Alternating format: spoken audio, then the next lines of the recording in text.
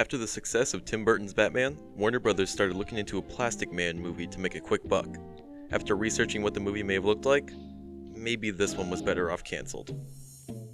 Hi, I'm Brendan, and welcome to Cutshort. Back in the 90s, comic book movies were about to hit a new high. Every studio possible wanted their hands on a new comic book property. Like I said, Warner Brothers started looking into a Plastic Man movie in hopes of a big hit. Although self-explanatory from his name, you need to understand who Plastic Man is before learning what the movie was going to be about. Created in 1941, Plastic Man, whose real name is Patrick O'Brien, was a loose criminal specializing in safe cracking before he was a superhero. One night while he was on a heist, he was shot in the shoulder and was doused in a strange chemical liquid. As he fled, he became weaker and weaker until he eventually passed out in the mountains. When he woke up, he found out he was being taken care of by a monk who had discovered him. This is where he discovered that his skin had been affected by the chemicals from the night before. His skin now had similar properties to rubber, giving him the power to stretch and form to whatever he saw fit. And he can even dance. After this, he decided to live a life of stopping criminals from doing what he once did. Plastic Man was one of the first comic superheroes to add humor to their story.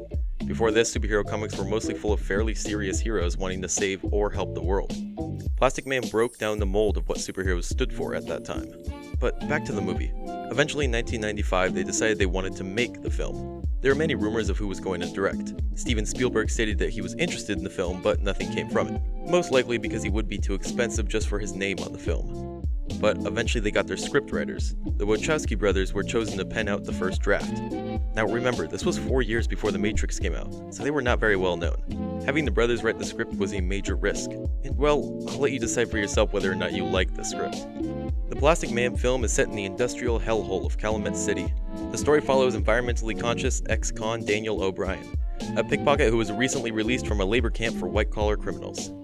O'Brien is given to nervous reactions towards litter bugs, a disorder that can be traced back to his days as a radical environmentalist student activist in the 1970s.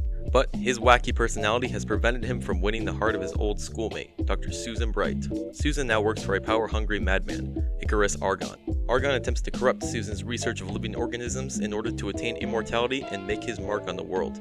Like his name, this Icarus also flew too close to the sun and got burned. Badly. Argon was once the sexiest man alive cover boy who competed in the Mr. Universe contest. His past experiments at besting Mother Nature, however, have left him saggy and wheelchair-bound. He's practically staggering around with his face and limbs melting off of him. Yeah, it's bad. Aided by his wife Poppy and security chiefs Sim and Dobby, Argon will use any means necessary to force Susan to duplicate her process in order to restore his body to his glorious old form.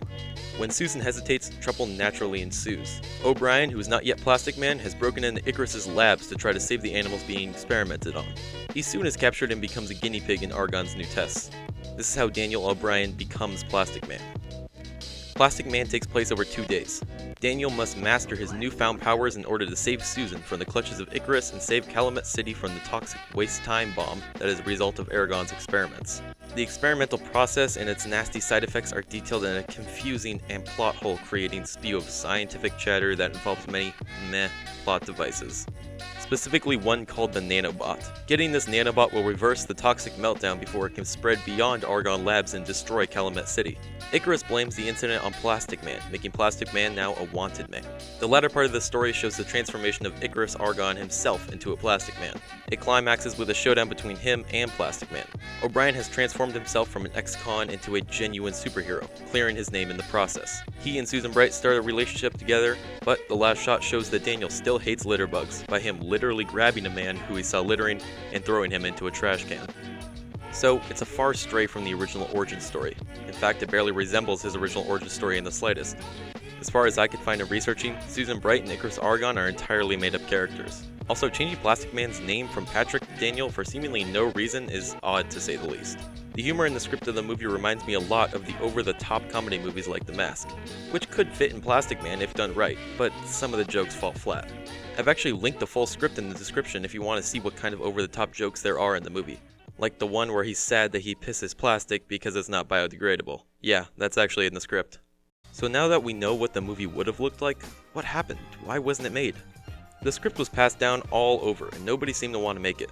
Nobody had any hope in a Plastic Man movie at the time. He was too obscure, and so eventually it faded.